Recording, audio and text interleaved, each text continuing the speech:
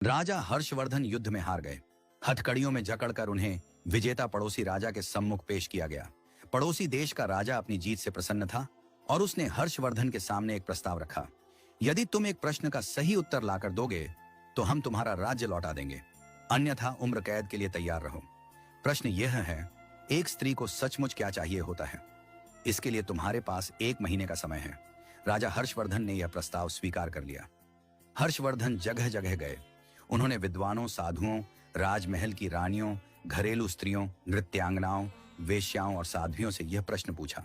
किसी ने कहा स्त्री को सोना चांदी और आभूषण चाहिए, किसी ने कहा प्रेम और सम्मान चाहिए, किसी ने कहा पति, बेटा, पिता और परिवार चाहिए, तो किसी ने कहा सत्ता और संन्यास चाहिए। लेकिन इन उत्तरों से हर्षवर्धन को संतोष नहीं हुआ। महीना पूरा होने को आया पर उन्हें कोई संतोषजनक उत्तर नहीं मिला। तभी किसी ने सुझाव दिया कि दूर देश में एक जादूगरनी रहती है जो हर सवाल का उत्तर जानती है। हर्षवर्धन अपने मित्र सिद्धराज के साथ जादूगरनी के पास पहुंचे और अपना प्रश्न दोहराया।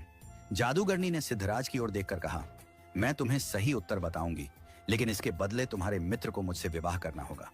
जादूगरनी बूढ़ी और बेहद बदसूरत थी। उसके बदबूदार मुंह से एक सड़ा हुआ दांत झलक रहा था जब उसने कुटिल मुस्कान फेंकी। हर्षवर्धन ने अपने मित्र को इस कठिन परिस्थिति में नहीं डालना चाहा और इनकार कर दिया, परंतु सिद्धराज ने अपने मित्र के जीवन और राज्य की रक्षा के लिए जादूगरनी से विवाह करने का निर्णय लिया। जादूगरनी ने उत्तर दिया, स्त्रियां स्वयं निर्णय लेने में आत्मनिर्भर बनना चाहती हैं। हर्षवर्धन को यह उत्तर उचित लगा। पड़ोसी राज्य के राजा ने भी इसे स्वीकार किया और हर्षवर्धन को उनका राज्य लौटा दिया।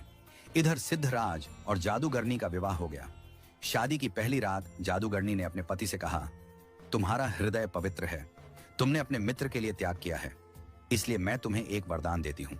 मैं 24 घंटे में 12 घंटे रूपसी बनूंगी और बाकी 12 घंटे अपने असली बदसूरत रूप में रहूंगी। बताओ तुम्हें कौन सा रूप कब चाहिए? सिद्धराज ने प्रेम पूर्वक कहा, प्रिय, यह निर्णय तुम्हें ही करना है। तुम मेरी पत्नी हो और मुझे तुम्हारा हर रूप स्वीकार है।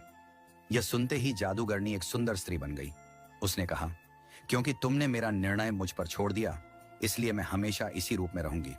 दरअसल यही मेरा असली रूप है। बदसूरत बुढ़िया का रूप मैंने दुनिया के कुटिल लोगों को दूर रखने के लिए धारण किया था। सामाजिक व्यवस्था ने स्त्री को प्रतंत्र बना दिया है, लेकिन मानसिक रूप से कोई भी स्त्री प्रतंत्र नहीं होती। जो लोग अपनी पत्नी को घर की मालकिन बना देते हैं वे अक्सर सुखी जीवन व्यतीत करते हैं। आप भले ही स्त्री को मालकिन न बनाएं, लेकिन उसकी जिंदगी का एक हिस्सा उसे मुक्त कर दें ताकि वह अपने निर्णय स्वयं ले सके।